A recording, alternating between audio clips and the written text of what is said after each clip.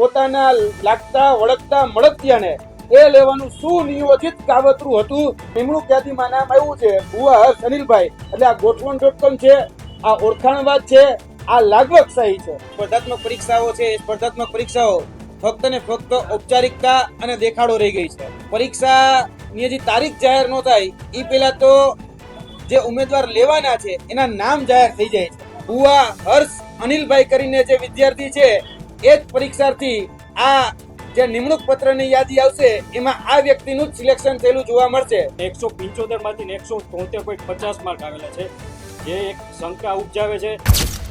છેલ્લા ઘણા સમયથી ગુજરાતની અંદર જે સ્પર્ધાત્મક પરીક્ષાઓ છે એ સ્પર્ધાત્મક પરીક્ષાઓ ફક્ત ને ફક્ત ઔપચારિકતા અને દેખાડો રહી ગઈ છે. કેમ કે પરીક્ષાની હજી તારીખ જાહેર ન થાય એ પહેલા તો જે ઉમેદવાર લેવાના છે એના નામ જાહેર થઈ જાય છે.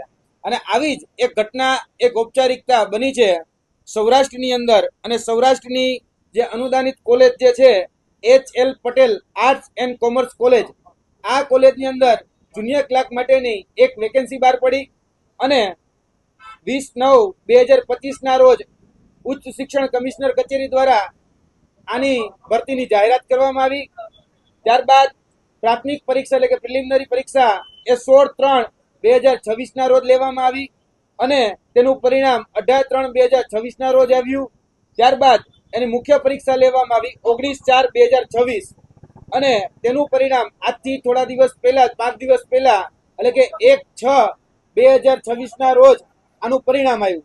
હવે આ જે કોલેજ છે એ કોલેજની અંદર જુનિયર ક્લાર્ક માટેની જે ભરતી બહાર પડી હતી એનું નામ અગાઉથી જ જે લોકો પરીક્ષાર્થીઓ હતા એની પાસે પહેલેથી જ આવી ગયું હતું.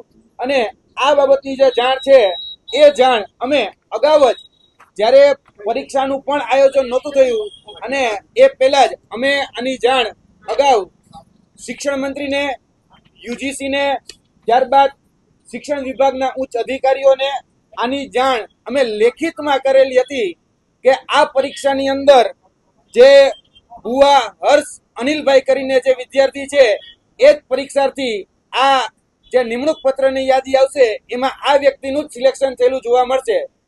હમણાં જ એટલે કે આજથી 5 દિવસ પહેલા જ આ પરીક્ષાનું પરિણામ આવ્યું છે અને આ વ્યક્તિ એટલે કે ભુવા હર્ષ અનિલભાઈ એની જ પસંદગી કરવામાં આવેલી છે.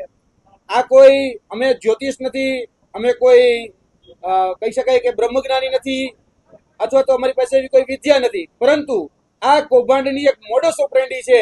જે અલગ અલગ સંસ્થાઓ બદલાય છે પણ ચહેરાઓ બદલાતા નથી.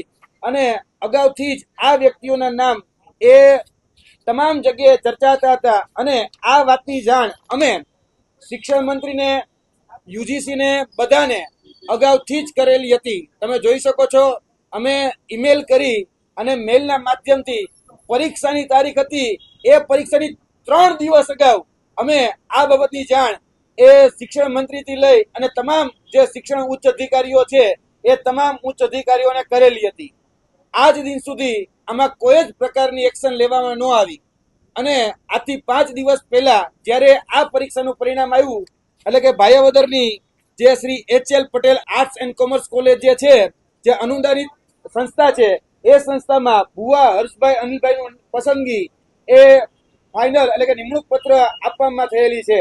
એટલે ક્યાંક ને ક્યાંક આ ભરતી જે છે એ ભરતીમાં બધા વિદ્યાર્થીઓને કહેવામાં આવ્યું હતું કે તમે પરીક્ષામાં આ બોલપેનથી જ તમારે બધાએ ટપકા પૂરવાના છે. એટલે કે OMR શીટની અંદર આ જ પેનનો ઉપયોગ કરવાનો છે અને આ જ પેન એ બધી જ જગ્યાએ બધા જ વિદ્યાર્થીઓને આપવામાં આવી હતી. જેટલા પણ પરીક્ષાર્થીઓ હતા એને એક પેન જ આપવામાં આવી. એટલે આ પણ બહુ મોટું રહસ્ય છે. હવે વિદ્યાર્થી પોતાની પેનનો ઉપયોગ ન કરી શકે. હવે જ્યાં સુપરવાઇઝર જે પેન આપે એ જ પેનનો ઉપયોગ કરવાનો અને બધાને ફરજિયાત પણ આ જ પેનનો ઉપયોગ કરવા માટે કહેવામાં આવેલું. બીજી વાત કે આ જે વ્યક્તિ છે એટલે કે ભુવા હર્ષ અનિલભાઈ છેલ્લા 5 વર્ષની તમામ ભરતીઓના રિઝલ્ટ અમે તપાસ્યા.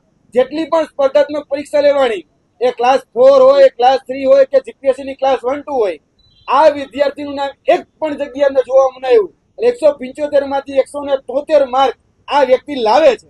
હવે 173.50 માર્ક જો લાવતા હોય તો બીજી અન્ય પરીક્ષામાં પણ પાસ હોવા જોઈએ, પણ એવું તો બન્યું જ નથી. એટલે ક્યાંક ને ક્યાંક આ વ્યક્તિ ઉપર અમારી જે શંકા છે એ વધારે ગાઢ બની. આ બાબતની રજૂઆત અમે એકલે કરી એવું નથી.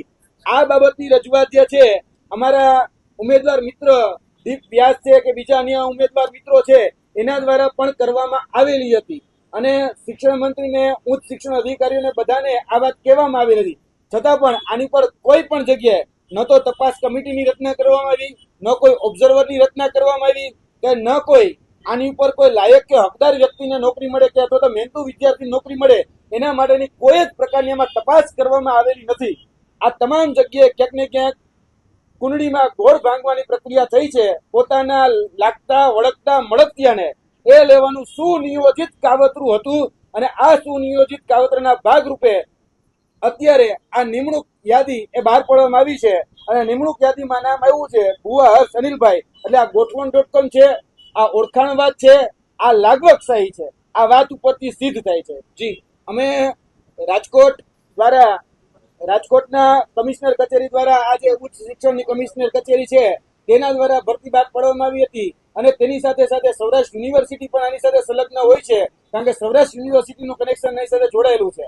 અમે સોમવારના રોજ આ બધી જ બાબતની રજૂઆત એ ઉચ્ચ શિક્ષણ કમિશનર કચેરી રાજકોટ, સૌરાષ્ટ્ર યુનિવર્સિટી રાજકોટ અને તેની સાથે સાથે ગાંધીનગરના બેસતા સ્વર્ણિમ સંકુલમાં શિક્ષણ મંત્રી, શિક્ષણ સચિવ એ બધાને આની રજૂઆત કરવાના છીએ. અમારી માંગણી છે તાત્કાલિક ધોરણે આ ભરતી રદ કરવામાં આવે અને તેની સાથે સાથે જે પણ આના જવાબદાર અધિકારીઓ છે અને જે પણ જવાબદાર ઉમેદવારો છે જેને ક્યાંક ને ક્યાંક setting.com થી આમાં ગોઠવણ કરી છે એવા તમામ લોકોને દૂર કરી આની ઉપર કાયદેસરની કાર્યવાહી કરવામાં આવે એટલે કે આની ઉપર એફઆઈઆર નોંધવામાં આવે અને એની તપાસ કરવામાં આવે એ અમારી માંગણી રહેશે. સિટિંગ જજની અધ્યક્ષતામાં તપાસ થાય અથવા તો એક નિષ્પક્ષ તપાસ એજન્સીની આમાં ક્યાંક ને ક્યાંક એસઆઈટીની રચના કરી અને આમાં તપાસ કરવામાં આવે એ અમારી આ માધ્યમથી માંગણી છે. હું એચ.એલ. પટેલ આર્ટ્સ કોલેજનો ઉમેદવાર છું. જે આમાં જુનિયર ક્લાર્કની ભરતી બહાર પાડેલી હતી એમાં 16/3/2026 રોજ ભરતીની પ્રાથમિક પરીક્ષા હતી જેમાં અમે બધાએ પરીક્ષા આપેલી હતી 50 જણા જેવા. એમાંથી એક જગ્યાના 7 જણા ઉમેદવાર મુખ્ય પરીક્ષા માટે એલિજિબલ હતા. એમાં અમારું નામ આવેલ હતું જેમાં હર્ષભાઈ ભુવાનું નામ પણ સારા માર્ક આવેલા હતા 134.50 જે 150 માર્કમાંથી. ત્યારે પણ અમને શંકા ગયેલ હતી કે એક પરીક્ષામાં એક વિદ્યાર્થીને જેટલા 5 વર્ષથી પેપરમાં એક પરીક્ષા દીધેલ નથી છતાં પણ એ ડાયરેક્ટ એચ.એલ. પટેલ આર્ટ્સ કોલેજમાં પરીક્ષા આપે છે અને ડાયરેક્ટ એને 134.50 માર્ક આવે છે. ત્યાર પછી અમારે મુખ્ય પરીક્ષાનું આયોજન કરેલ હતું 19/4/2026 રોજ. એમાં પણ અમને પરીક્ષામાં લીધેલી તેમાં હર્ષ ભુવાભાઈને 200 માર્કમાંથી 173.50 માર્ક. એમાં 25 પ્રશ્નો તો એ ભાઈએ ઈ ટીક કરેલા હતા બરાબર છે. એમાંથી 25 ઈ કર્યા હતા ને 175 માંથી 173.50 માર્ક આવેલા છે. જે એક શંકા ઉપજાવે છે કે ભાઈ આટલી પરીક્ષામાં એકે પરીક્ષા આપેલ નથી છેલ્લા 5 વર્ષમાં ને ડાયરેક્ટ પહેલી પરીક્ષા આપે છે ને આટલા માર્ક આવેલા છે.